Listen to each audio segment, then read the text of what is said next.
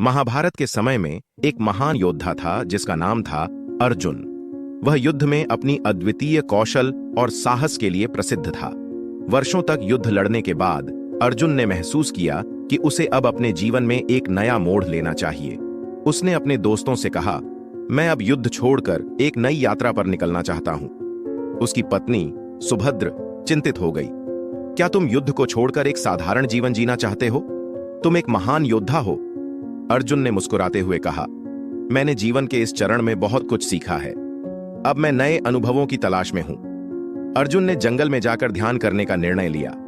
वहां उसने साधु संतों से मिलकर ज्ञान प्राप्त किया और शांति की अनुभूति की। समय के साथ उसने अपने जीवन में एक नया उद्देश्य पाया। वह अब युवाओं को युद्ध की कला सिखाने लगा। उसकी शिक्षाएं केवल युद्ध की कला नहीं थीं, बल्कि जीवन जीने की कला भी थीं।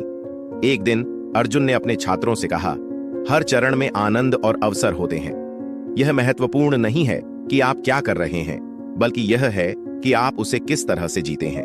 जीवन की दूसरी पारी में हम नए अनुभवों का सामना कर सकते हैं और उन्हें संजो सकते हैं। इस तरह अर्जुन ने दिखाया कि जीवन के हर चरण का आनंद लेना और नई संभावनाओं को अपनाना ही सच्चा सुख है।